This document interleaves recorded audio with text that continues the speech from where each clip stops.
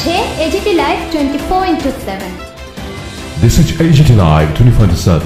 দীর্ঘদিনের ধরে সদস্যরা বলছিল যে ককবরক ভাষা বললে যারা বেঙ্গলি বাংলা ভাষায় কথা বলে তারা বুঝতে অসুবিধা হয়, এবং অনেকে আবার ইংরেজি পছন্দ করে। আবার ইংরেজি বললে যেন ককবরক ভাষাভাষীর লোক যেন বুঝতে পারে ককবরক ভাষায়, ইংরেজি বললে যেন বাঙালি ভাষার লোক বুঝতে পারে বাংলা ভাষায়। এই জন্য তিনটা ল্যাঙ্গুয়েজকে একসাথে যেন শুনতে পারে, যেই ভাষায় কথা বলুক বাকি দুইটা ভাষা already translate at a time করতে থাকবে। তো এটা খুব সুন্দর পদ্ধতি করেছে। আমরা চাই আমাদের রাজ্যের ভাষাগুলি সমৃদ্ধ হোক, এবং বিশেষ করে বাংলা এবং ককবরক আমাদের রাজ্যের ভাষা, এটা যেন আমরা আরও বেশি করে মানুষের কাছে পৌঁছতে পারে।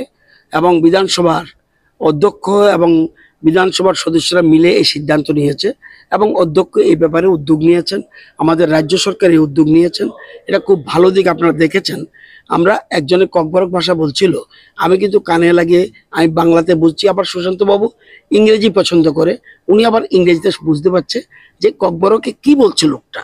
এই যে জিনিসটা এটা খুব ক্লিয়ার হয়ে গেছে, খুব সুন্দর ডিসিশন। এবং আমরা অতীতেও বলেছিলাম, কিন্তু আগের সরকার এটা করেনি। আমাদের সরকার এসে এই একটা উদ্যোগ, এটা সারা রাজ্যে ছড়িয়ে পড়া উচিত। আমরা চাই ডেমোক্রেসি, গণতন্ত্র আরো বেশি জোরদার হোক, এবং প্রতিটি ভাষার মানুষ যেন তার মনের কথা খুলে বলতে পারে, আমার অন্য ভাষার লোক যেন সে বুঝতে পারে উনি কি বলছেন, নতুবা মিসআন্ডারস্ট্যান্ডিং হয়, ভুল বোঝাবুঝি হয়। এই জিনিসটা অনেকদিন পরে শুরু হতে যাচ্ছে। প্রাথমিক পর্যায়ে টুকটাক একটু অসুবিধা হতে পারে, কিন্তু ধীরে ধীরে এটা ঠিক হয়ে যাবে। আমরা প্রাথমিক পর্যায়ে কাজটা শুরু করছি, এই প্রথম। Thank you sir.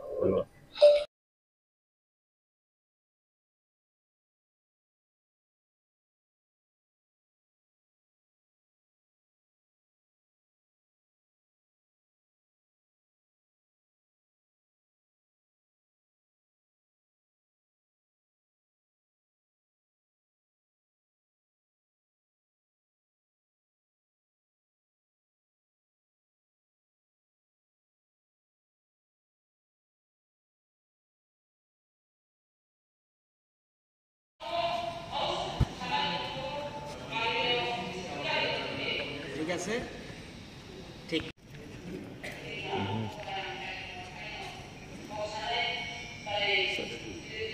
এইখানে